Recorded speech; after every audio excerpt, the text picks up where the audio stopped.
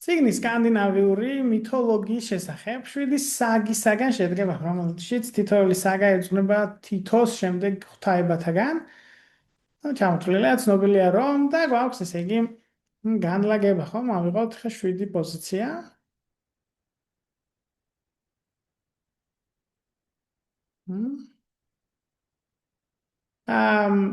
აიმდალი არისო მესამეო, ხო?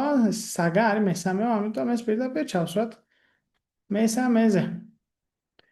შემდეგ ოდინი ან პირველი ან ბოლოა, ტირის საგა უშუალოდ მოსდევს ფრეიას, ლოკისა და თორის საგებს შორის მხოლოდ ბალდრის საგა.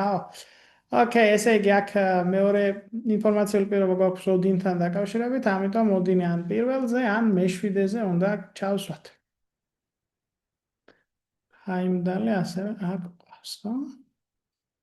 ავალოთ ახლა ამ ორი პარალელური განლაგების გამოსაკვეთად ხაზი და დავაკვირდეთ ახლა რომელი განლაგება შეიძლება დაგვჭირდეს. ნახე? ტირისა და ფრეიას შორის ხო არავინ უნდა იყოს უშუალოდ მეზობლები არიან, ხო? ტირის საგა უშუალოდ მოსდევს ფრეიას საგას, ანუ ფრეიას შემდეგ არის ტირი. ეს ნიშნავს იმას, რომ ამათ სჭირდებათ ორი მეზობელი პოზიცია. აი აქ სადღაც ხო მე-4, მე-5, მე-6, მე-6, მე-7. ლოკისა და თორის საგებს შორის რა კი მხოლოდ ერთი ბალდრის საგა, ესე იგი ამ სამსაც სჭირდება უეჭველად სამი პოზიცია. რაც იმას ნიშნავს, რომ აი მეორე პოზიცია პირველი განლაგების დროს არც ერთი საგასთვის, რაც ჩვენ დაგვრჩა, არ ივარგებს. ამიტომ გადავდივართ მეორე განლაგებაზე. მეორე განლაგებაში ტირის საგა მოსდევს ფრეიას საგას, ნიშნავს იმას, რომ ფრეია გვეყოლება პირველზე და ტირი გვეყოლება მეორეზე. ლოკისა და თორის საგებს შორის მხოლოდ ბალდრის საგა, ნიშნავს იმას, რომ ბალდრი გვეყოლება ესე იგი მეხუთეზე რა.